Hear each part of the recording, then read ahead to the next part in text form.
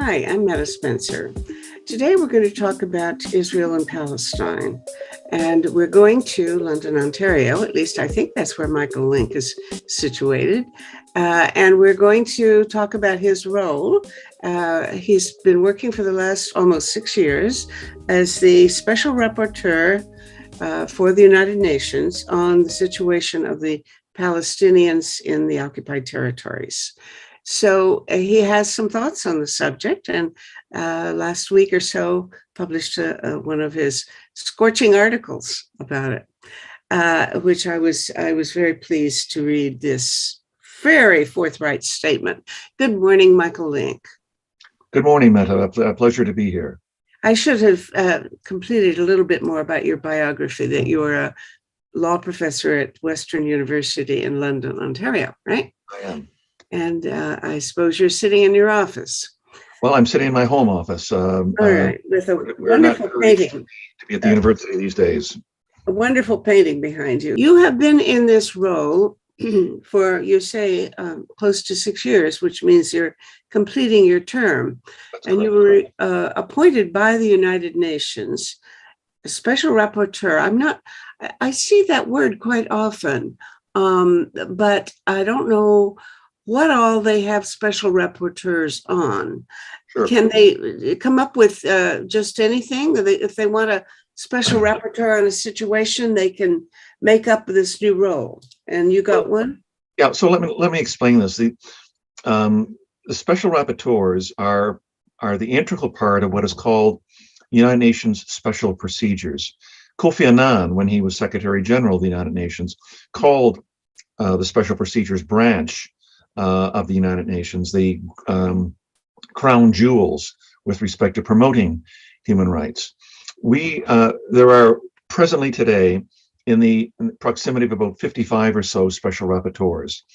The vast bulk of them are special rapporteurs with a global mandate: the special rapporteur on food security, the special rapporteur on the right to housing, the special rapporteur on freedom of association or freedom of expression. And there are about a dozen or so of us who are special rapporteurs with a specific geographic mandate. Special rapporteur on human rights in North Korea, in Myanmar, in Cambodia, in my case, in the occupied Palestinian territory. And we are appointed for 6-year terms. You apply for the position, you're interviewed. As a rigorous process in selecting special rapporteurs. You have to have expertise, you have to be willing to be impartial, you have to have, good communication skills, good writing skills, good analytical skills. And people are appointed for the 6-year term. It's not paid. Your expenses and travel are paid, but it's not a paid position. And so the vast bulk of special rapporteurs, both for reasons of expertise and for reasons of the fact that the position itself doesn't pay, tend to be university professors who have a particular, obviously, academic expertise in the area of whatever they've been appointed to. What we do is with help of staff at the Office of the High Commissioner for Human Rights in Geneva, we survey human rights trends within our mandate. We issue public statements, we issue letters, and we write regular reports. I deliver 2 reports a year, one in the spring or early summer each year to the Human Rights Council in Geneva, and another in October to the General Assembly in New York on what I found. So our one of our duties is to try to make sure that we're highlighting these particular trends, and often we're not telling very good news because we're focusing on areas where human rights trends are particularly grim and bleak. So if you look on the UN website at any particular day, you'll see probably 3, 4, 5 statements being made by some of my fellow special rapporteurs on issues that are within their mandate. Often these statements are made by a collection of special rapporteurs, all of whose mandate winds up focusing on prisoners' rights in Afghanistan, or food security issues in Southern Africa, or in my case on the Palestinian territory. But I will sometimes and oftentimes be joined by other special rapporteurs who have a special rapporteur on the defense of human rights defenders will often join my statements, or the special rapporteur on freedom of association. Or the special, sorry, you might write a paper together. Is that it? Or well, we may issue a statement together, a press statement, generally 500, 600 words that is released to the world and is often covered by international media as well as by civil society organizations. So, you know, I was told when I took this position that a special rapporteur is probably expected to devote about a third of their time to their particular issue. And it's been at least, you know, 35% of my time, if not more, I'm spending on issues related to writing my reports, issuing my statements, meeting, in most cases now over the last 2 years virtually, with governments or diplomats or civil society organizations dealing with issues and concerns as they arise. Mm-hmm. Well, do you get special access? In other words, suppose somebody doesn't want to know what they're doing, if they're doing some kind of atrocious behavior. Do they have to let you in? And how do you get your foot in the door? Okay, that's a very good point. You could say I have special in access because I am not allowed by Israel to visit the occupied territory.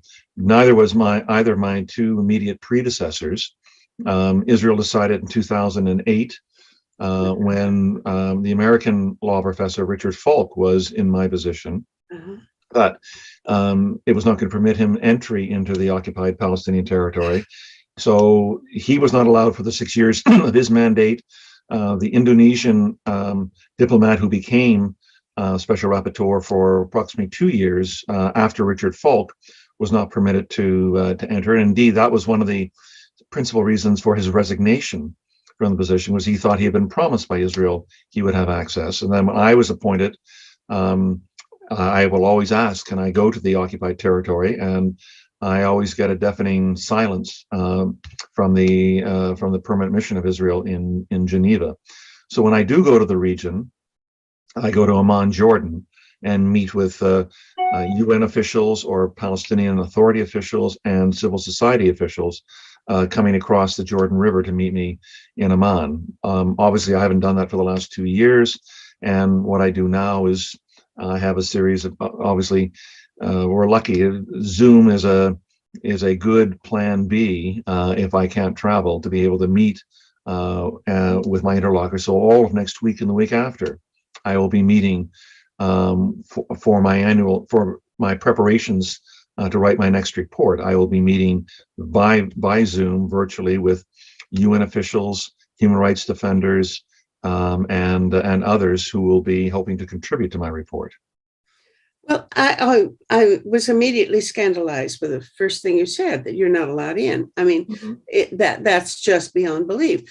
I would think that any country that belongs to the United Nations has some obligations to the United Nations. And if somebody appoints somebody to go look at what they're doing, everybody who is a UN member should have to comply. One would have thought. It is deemed to be a element of the membership in the United Nations that member states cooperate with the United Nations, even when the news may not be good. You know, a number of countries are open to having special rapporteurs invited and coming to their countries, and you know, expecting that they're going to be criticized on this aspect or that aspect with respect to the work they're doing or failing to do. But Israel, for many reasons, and far beyond my own mandate, has a very contentious relationship with the United Nations, and has refused entry into Israel and the occupied territories for a number of commissions of inquiry and UN officers over the last decade, and so I'm disadvantaged by not being able to go. I'm not the only one. Well, tell me how many other countries follow suit. For example, I'm thinking of, I imagine there must be some inquiry going on into the situation of the Rohingya and the Uyghurs. Yes. So are Myanmar and China refusing to let special rapporteurs or their equivalents in to look the situation over? The special rapporteur for human rights in Myanmar is, to my best of my knowledge, is not permitted to go there.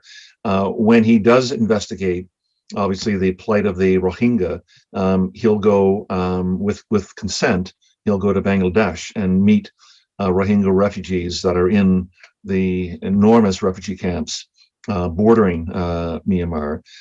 His mandate goes beyond the Rohingya, and he and his predecessor were not allowed into Myanmar by the regime there. I'm not aware of any special rapporteur being able to visit Western China to investigate the plight of the Uyghur minority there. So, are you aware of whether anybody's tried or they've been appointed? I'd be very surprised if special rapporteurs have not tried to enter. There is a special rapporteur for the rights of minorities. I know that he has a watch and a file with respect to the Uyghurs. I don't know specifically if he's sought to enter, but I'm almost certain that he has not entered. Whether because he's not tried, I doubt that. So Israel is not the only country that makes it difficult or impossible for people working within the UN human rights system to visit and conduct an on-the-ground investigation of what's happening. Mm-hmm. Okay, let's go back to your appointment, because I remember at the time there was some criticism of that you were probably too pro-Palestinian to consider what it means to be impartial in this situation. Sure. Look, when I applied for the position, I knew that one of the requirements was impartiality. When I was appointed to the position, I defended my appointment by saying I am impartial. If I have a bias, it's bias on the sides of international law and the human rights system and the UN framework of resolutions with respect to Israel and Palestine. That's the body of work that I work within. And what I would call it is a form of informed impartiality. That's a term that was coined by the former Chief Justice of Canada, Beverly McLaughlin, in an article talking about judging in a diverse society. That judges are meant to be in the Canadian system impartial on the side of justice, but in a society which has been riven by minorities, by racism, by discrimination, by vulnerability, particularly with respect to, say, racialized people and Indigenous Canadians. She said that judges in a modern society have to be aware of the disadvantages of that some minorities in Canada, many minorities in Canada, have wound up experiencing, and that has to inform their judging, and it has to be an integral part of their impartiality. I say the same thing with respect to my work involving human rights or the work of any of my colleagues as special rapporteurs. I investigate what is going on in the occupied Palestinian territory through the lens of international law, through the lens of established UN resolutions on this. So if I don't have a halfway position between whether the settlements are illegal or not, they are clearly illegal under international law, and the UN has long said that. I don't have a halfway position with respect to whether or not Israel is entitled to annex occupied territory. It cannot, and the UN has long said that, and I adopt that position as well.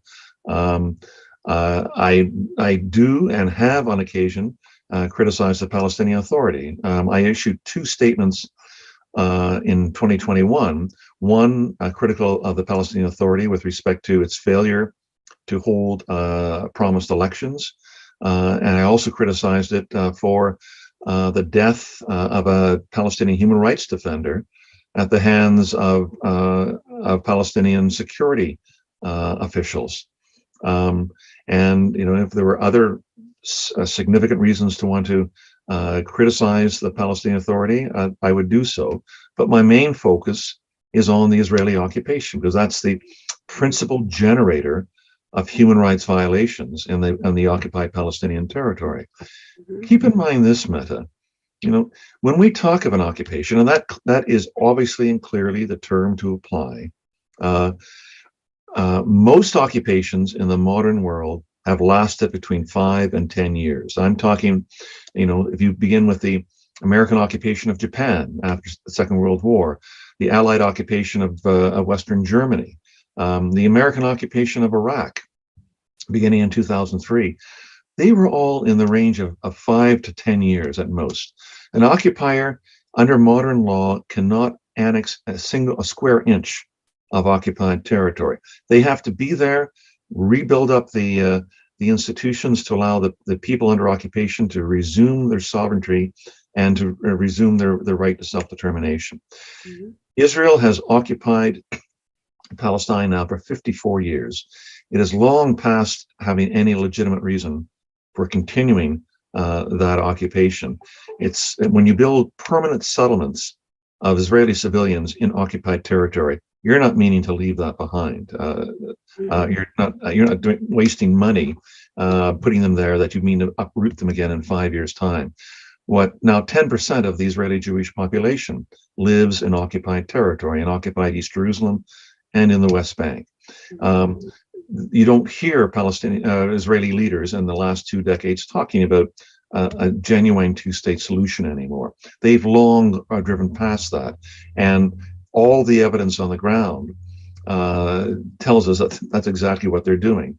Do they overtly say they don't believe in it and don't intend to go for it, or do they just change the subject? The present Prime Minister, Naftali Bennett, said and has repeated he does not believe in a Palestinian state. And I've heard no overt criticism of him by any leaders in Europe or North America with respect to that. I found it so curious that the international community, led by Europe and North America, which says it's so deep that it is deeply invested in a two-state solution as the resolution of the Palestinian question of Palestine and the Israeli occupation, has not bothered to take up these issues. There was an interesting article published in the Israeli daily Haaretz in September by their political correspondent, who said, obviously with links to the Prime Minister's office, that in the 3.5 months at that time since Naftali Bennett had become Prime Minister of Israel, he was surprised how rarely international leaders phoning him bring up the occupation, and those who did sounded so half-hearted when they were raising the issue with him. So he is taking that, as his predecessors have taken that there is an implicit international permission to continue to deepen the occupation. When you are trying to do a report or you're looking into a particular event, do the Israeli officials want to come and give you their side of the story, or do they just try to pretend you don't exist? It's the latter, Meta. On occasion, in the early years of my mandate, when I delivered a report, either at the UN in New York or the UN in Geneva, there would be Israeli diplomatic representatives in the audience, and on several occasions, they would make a statement, basically lambasting my report and calling me a lot of undiplomatic names in a diplomatic forum. By and large, their preferred approach would be to ignore me and to ignore a number of others who work in the UN human rights system that have particular responsibility for the Israeli occupation. So it's ignoring rather than attacking, which has been their primary response to the reports that I write and the statements that I make. What trajectory would you say your ideas have taken over the term of your office? Well, they're not listened to obviously by Israel.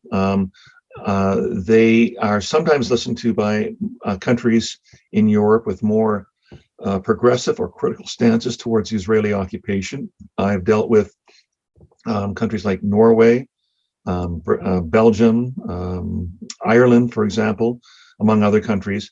They tend to be the most proactive within the wider European community with respect to adherence to international law, to issuing criticisms with respect to specific Israeli practices, and looking for ways in which pressure could be increased on Israel to unwind the occupation.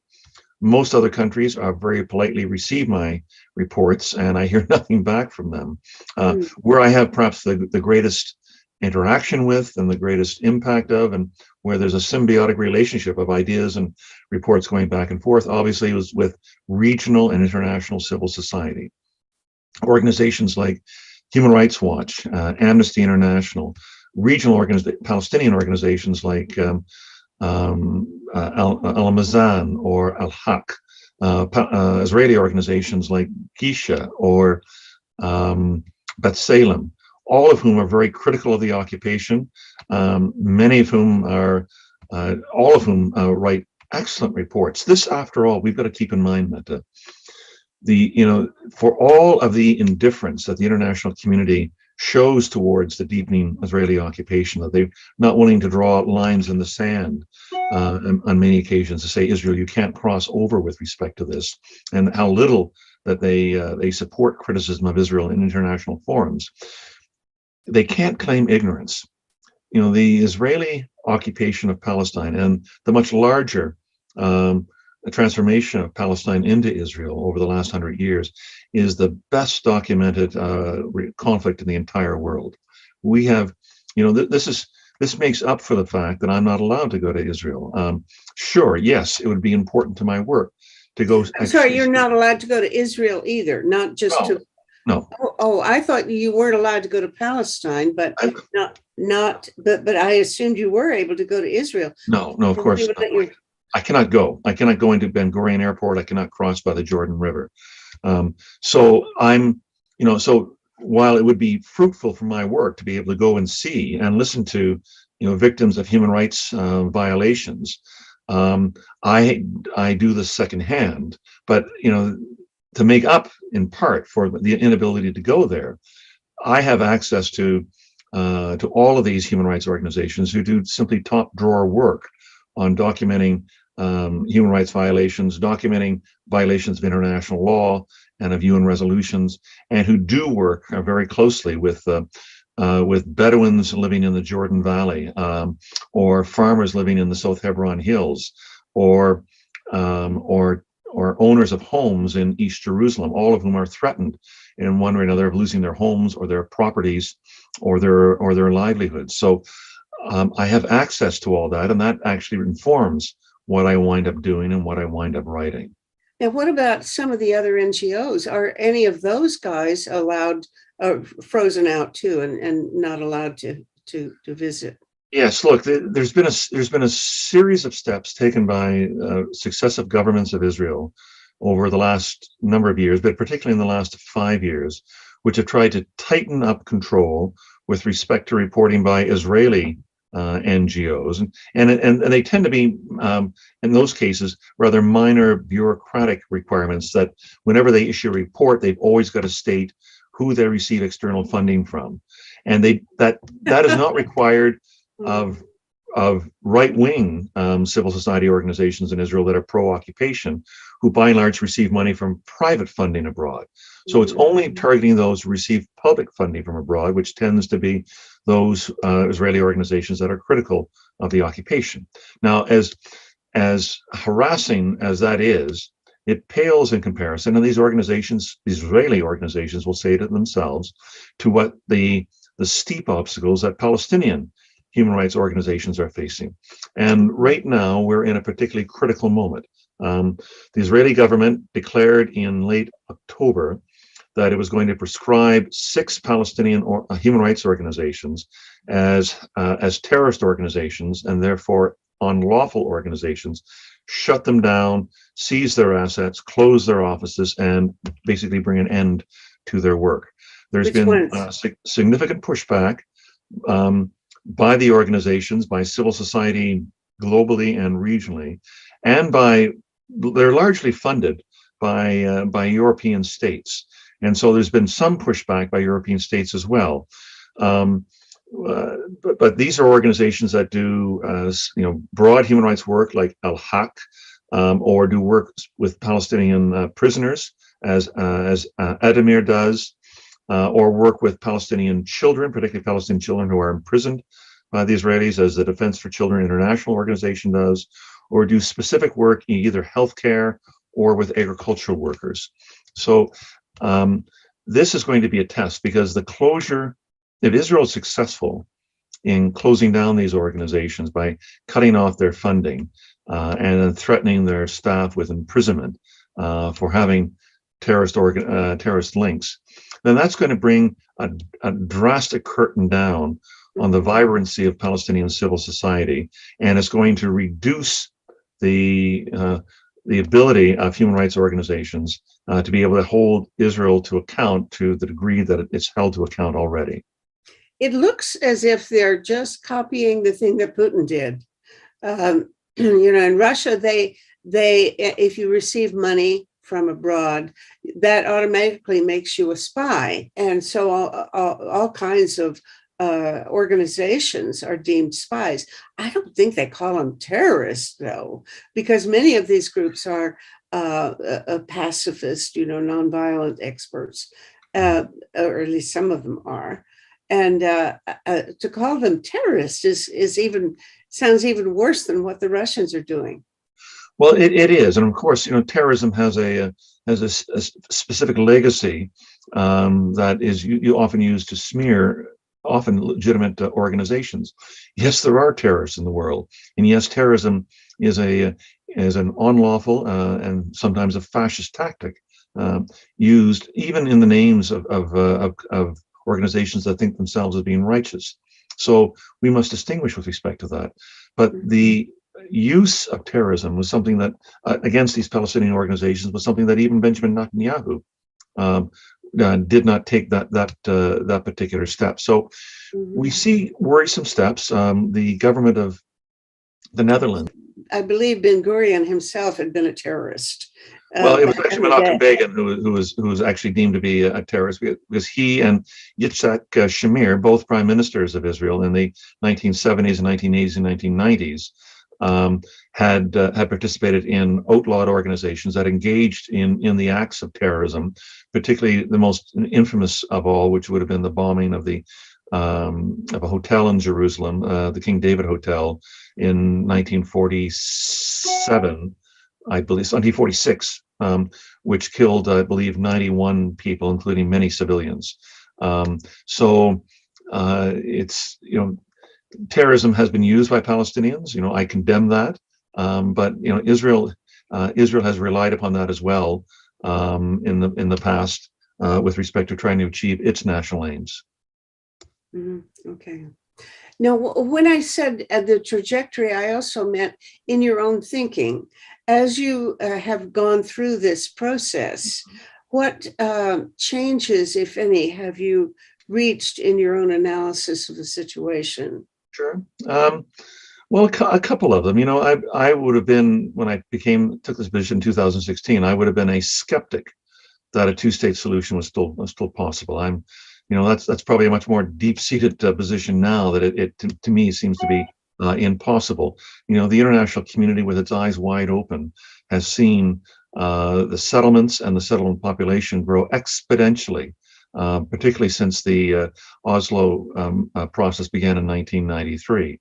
And it seems to me that the onus of proof is on those who advocate that a two-state solution is still possible, to explain how it is possible that a genuine, contiguous, independent Palestinian state can emerge when you have 700,000 Israeli settlers in East Jerusalem and the West Bank.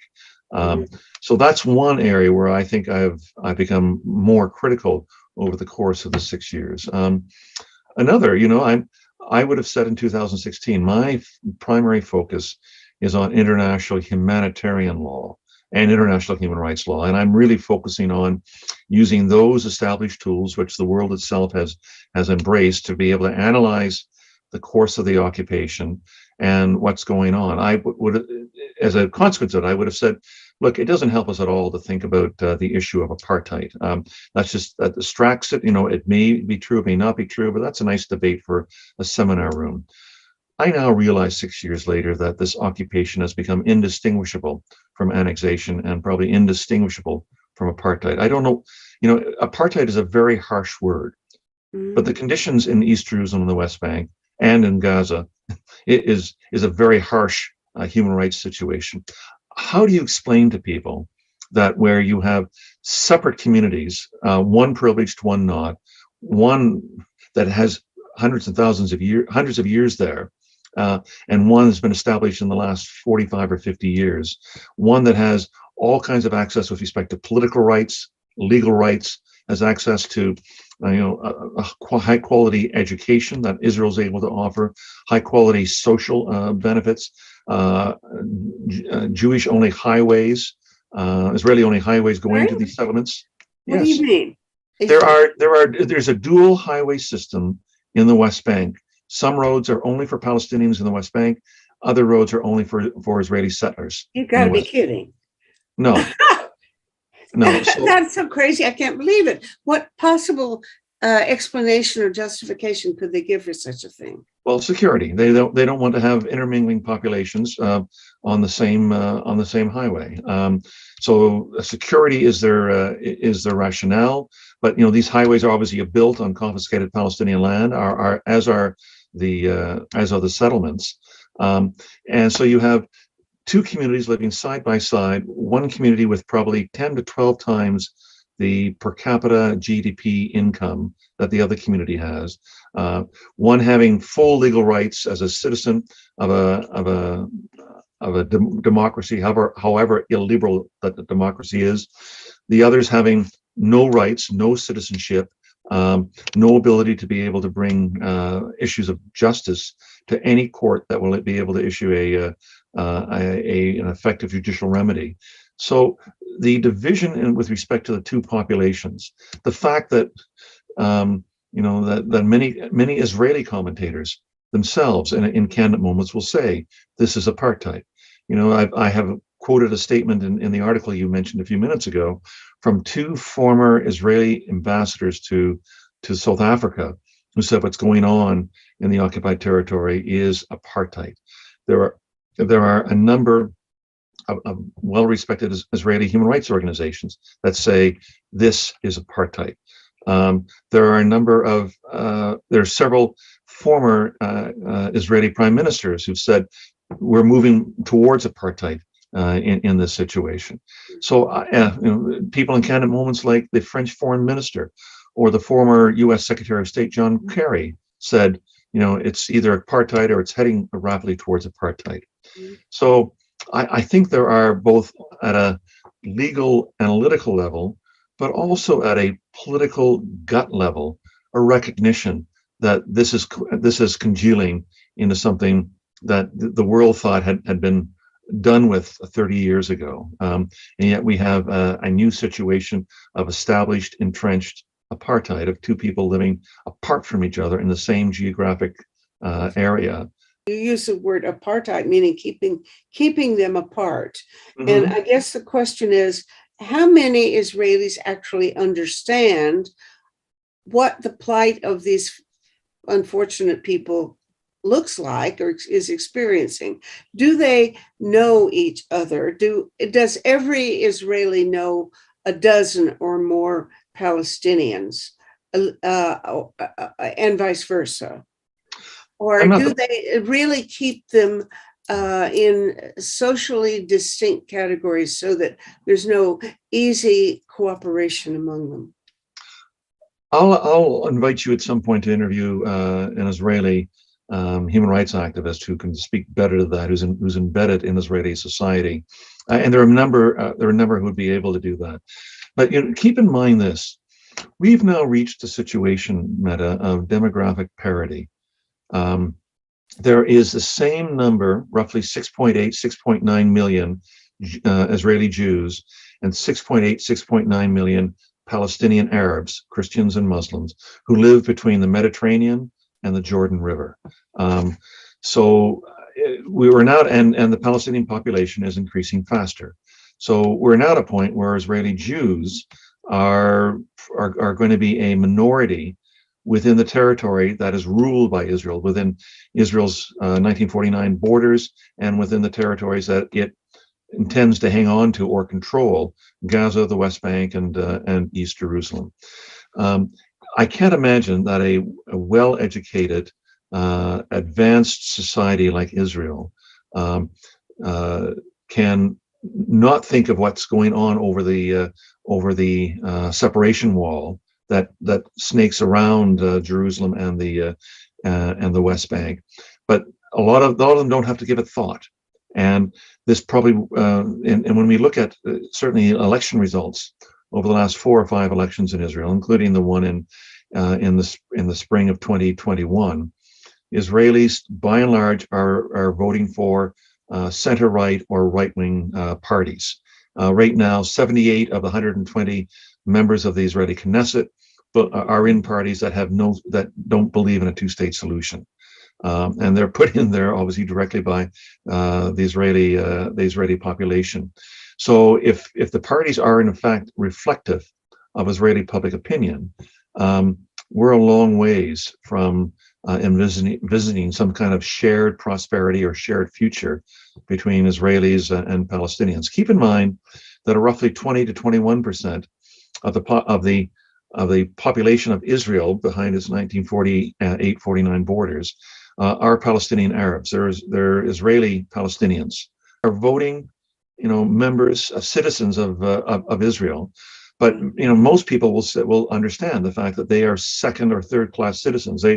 They are restricted in terms of land that they can buy. There are somewhere between 30 and 50 laws that wind up indirectly or directly discriminating against that population on the basis of the fact that they're Palestinians or they're not Israeli Jews. But now your mandate does not cover them, is that right?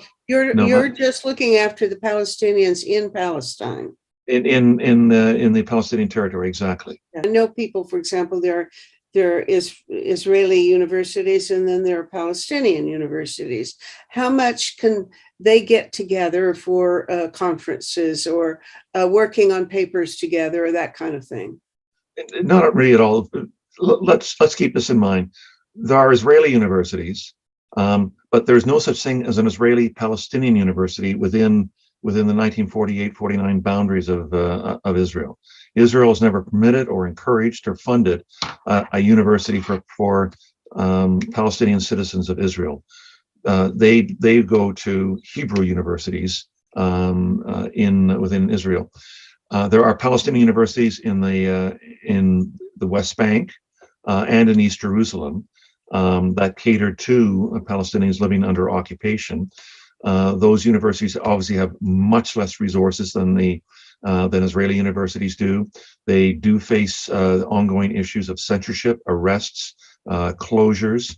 There is, by international organizations who've done work on academic freedom, and Palestinian universities in the occupied territories will point out the significant challenges that these universities have, ranging from funding resources to being able to stay open on a regular basis, to being able to, in Gaza, of having access to equipment that would allow them to run scientific labs or medical labs to be able to teach their students in the sciences. There's restrictions on those sorts of equipment entering into Gaza regarding this. Well, in this recent paper, I was really impressed at how vigorous you were in basically condemning the morality. I don't know, you didn't use the word morals, but the lack of commitment that other nations have been showing when addressing this issue, that they're allowing permanent occupation to go forward without any objections being raised. Mm-hmm. And that is a very damning statement. You're able to establish these things, no doubt about it. You gave a list of 4 or 5 recommendations for policies that would have to be observed to reach a solution. You make it very clear there that you don't believe a two-state solution is possible, but you don't say what you think the alternative, a fair alternative, would be.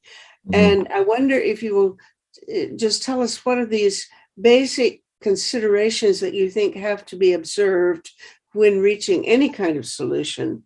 And then, if you don't mind speculating about what you think might work where a two-state solution you think cannot.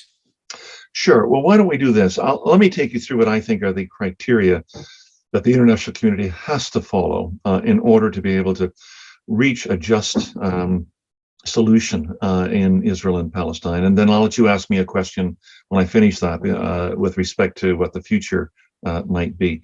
Mm-hmm. It's my argument, and I outline this in the article you've said, you've noted, which is published on an online journal called Just Security, and it's free for anybody who wants to go see it. And I'll put the reference at the end. Or okay. Someplace. Okay. And this is actually what I'm doing is taking parts from my October 2021 report to the UN General Assembly on this particular topic.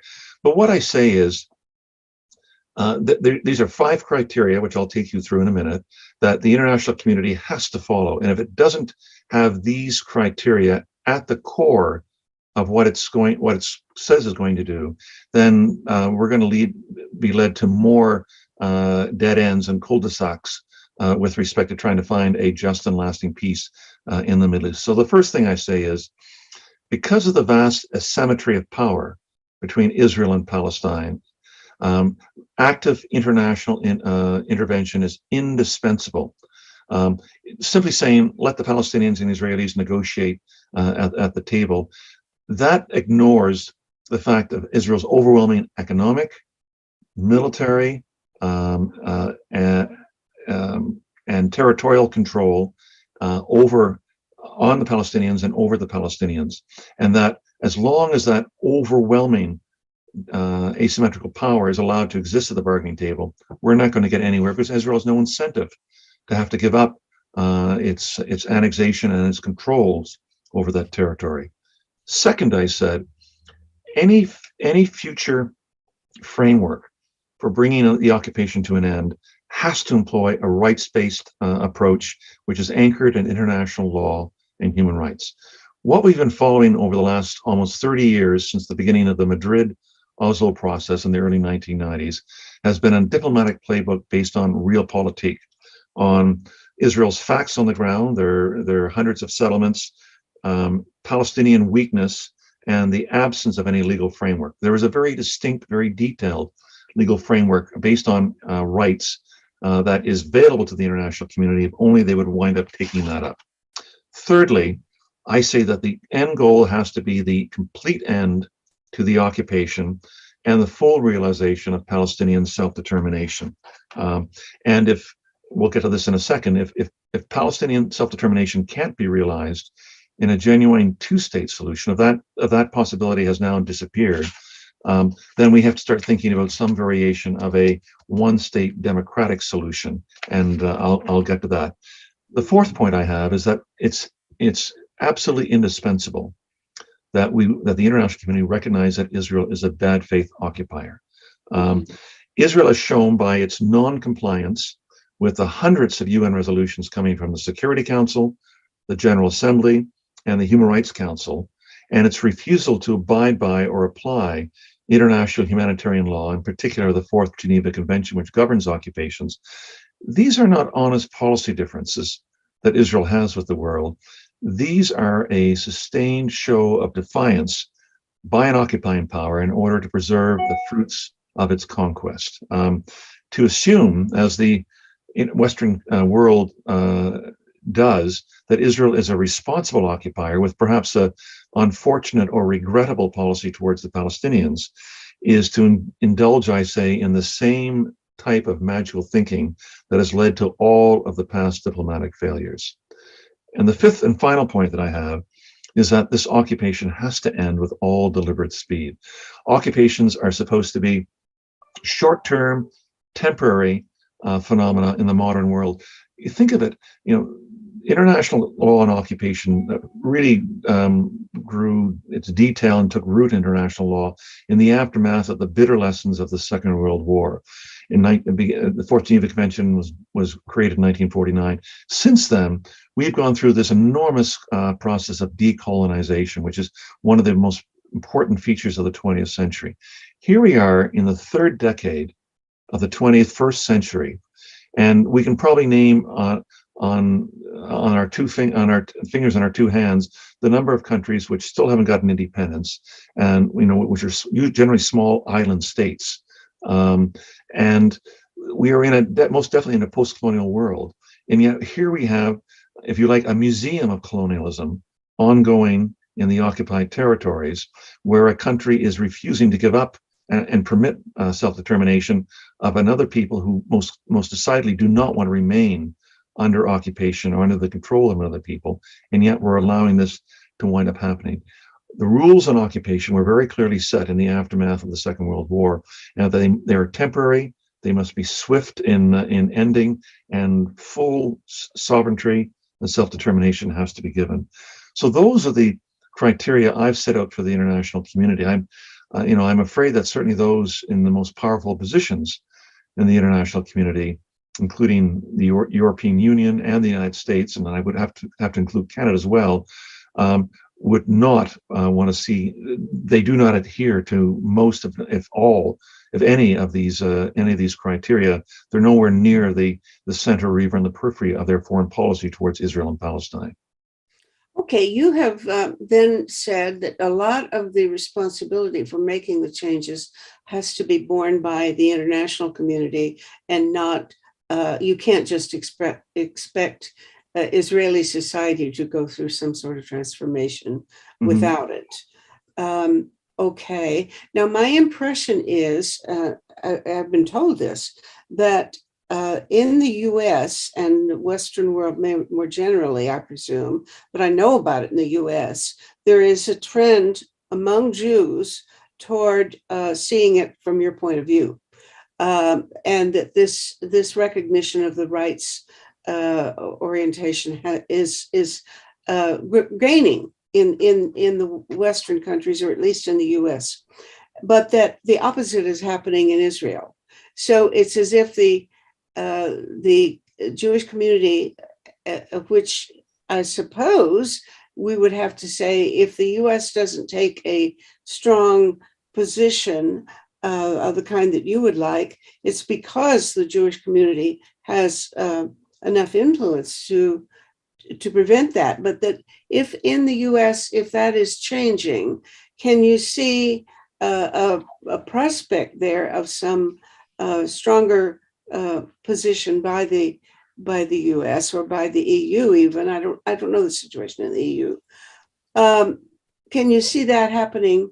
And wouldn't it run into an even more intense confrontation with Israeli society? Well, let's be clear. I'm not Jewish. I don't claim to speak for the Jewish community. I follow North American politics as it pertains to Israel and Palestine.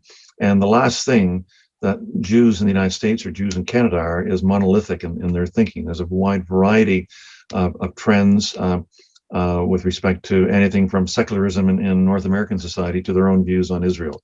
I do know that that Jewish opinion is all along the spectrum with respect to Israel and Palestine. I can say this, that I've come across, I see, I read a number of influential Jewish opinions and figures who are critical of Israeli conduct, and who see that there's a lot of sunshine between Israel's conduct of the occupation and either Jewish morals, Jewish values, or international law. And I know that there's probably lots of debate going on within Jewish society over dinner tables with respect to this. It certainly is my hope that increasingly Jews in Canada and Jews in the United States, Jews in Europe, will recognize the folly of the path that Israel is following with respect to the occupation, because there's no path forward right now that looks at having a genuine two-state solution or some kind of solution that's based and grounded on equality and human rights, and that can't be good for Israel. Many Jews around the world care about Israel. They think that its strength brings them security, and I understand that particular argument, but I also worry that Israeli conduct, Israeli violations of human rights, obviously mars Israel's opinion and Israel's standing in the world, and that on some occasions, unfortunately and wrongly, will blow back on Jewish communities as well. The best way out of this is for Israel to end its occupation, for some kind of deep reconciliation based on truth between Israelis and Palestinians in Israel and Palestine. And the stronger the support for that kind of direction coming from the international community, and among them and Jewish communities in the international community, the closer we'll be to realizing a solution that works for all. Mm-hmm. Okay, but you don't reach the conclusion that opinions are shifting, that public opinion is moving. I would, to use a hackneyed phrase, to the left in the West and to the right in Israel. Is that really going too far to reach that conclusion? Well, I do know that opinion appears to be heading further and further to the right in Israel. I agree with that. I've seen polling which suggests that there's increasingly more critical stance by American Jews, particularly younger American Jews, towards Israel and its policies, and I think that's a hopeful sign that will increase pressure on Israel to wind up doing the right thing with regards to this. But I've seen so many turning points with respect to the Israeli-Palestinian conflict. I first went there as a young law student in the early 1980s. I worked for the United Nations in Jerusalem in 1989. I've made several trips to Israel and Palestine since then, and I've been around long enough to be told that there are turning points which somehow fail to turn. We all had hope in the aftermath of the famous handshake on the White House lawn in 1993. We had hope with respect to negotiations around Camp David in the year 2000.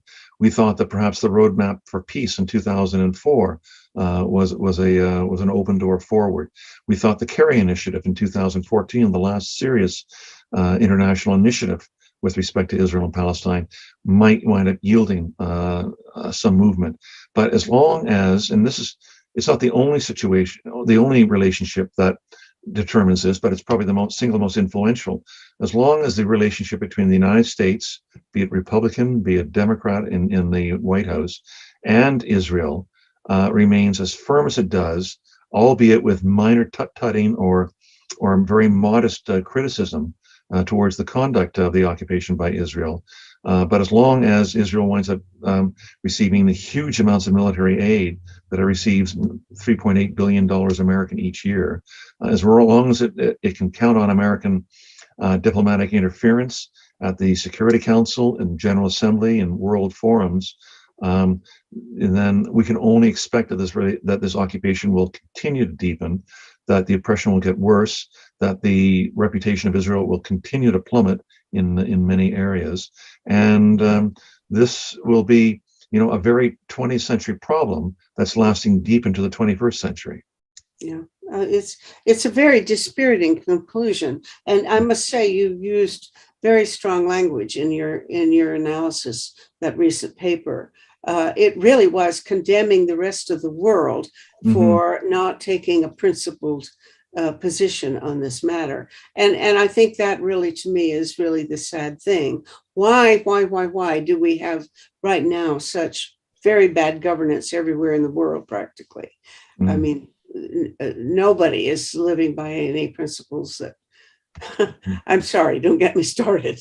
I'm very worried about the prospect of decline of democracy and the failure of democracy where it exists now. But you still have hope for something, And you pin all your hopes on a one-state solution, I guess, but you don't talk about it very much. And I guess it's because it's not very promising. The situation there is not looking in that Look, direction. I don't know. To be clear, I don't take a position. I do say that the hopes for a genuine two-state solution are pretty slim right now. And if that can't work, then whatever other solution is going to be devised has to be based on rights. It has to be based on international law, and it has to be based on a shared sense of equality by all those who live between the Mediterranean and the Jordan River. And for those who may create alarm over the prospects of some kind of joint governing structure between Israelis and Palestinians, I say, well, where were you when the two-state solution was being proclaimed, but was increasingly being eaten away by the relentless settlement expansion of the Israelis? You know, the only argument coming back is that, you know, is traditional blame the victim. Yes, Palestinians are divided between, you know, governance of Hamas in Gaza and Palestinian Authority in the West Bank, and obviously Israel governing in East Jerusalem. But just keep in mind, you know, when Nelson Mandela walked out of the jail in February 1990, and throughout all the negotiations over the next 4 years that led to a post-apartheid government in South Africa, South Africans, and particularly Black South Africans, were deeply divided. There were Nelson Mandela's African National Congress was not the only political entity on the scene. There were also other powerful Black parties who were on the scene as well in South Africa at the same time. Yet we didn't say, well, you have to you can't end apartheid now as long as there isn't one single political formation for Black South Africans. That was never a condition, and never could have been, and should have been. And likewise, the arguments say, well, we can't really move forward with respect to the Palestinians as long as they're divided between Hamas in Gaza and Palestinian Authority in the West Bank. Neither should that be the precondition for preventing real, genuine negotiations to fully end the occupation. So, you know, and the only other arguments I can hear are what I think are frankly troops about the Palestinians aren't capable of governing themselves, or as soon as they get freedom, they'll all run to find a rocket launcher. I think those are the same kinds of troops that we heard in the 1970s and 1980s into the 1990s with respect to South Africa, and how ungovernable and incapable of governing Black South Africans were. So I have a low level of patience with respect to some of these arguments. Mm-hmm. So it's up to citizens to demand a more honest kind of international relations. Yeah, benign neglect, or more direct in the case of Israel and Palestine, malign neglect by the international community is not going to end this occupation. This occupation will not die of old age. It's only going to be by direct, intensive, and principled activity by the international community that will bring it to an end. Thank you so much. This is not a cheerful conversation, but I really appreciate all the work that you've been doing and the direction that you're trying to push us toward. So bless you.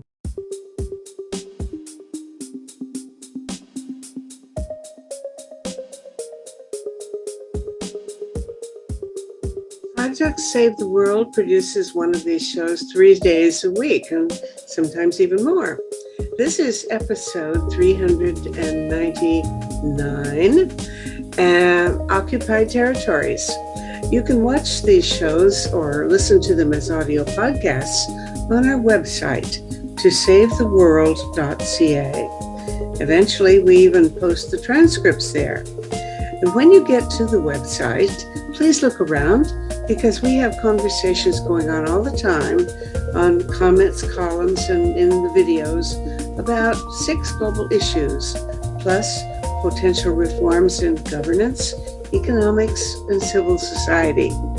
To find a particular talk show, enter its title or episode number in the search bar, or the name of one of the speakers. And after you've watched or listened, scroll down and share your thoughts about the show with the other viewers. This is a place for dialogue, so please join in. I'll see you there.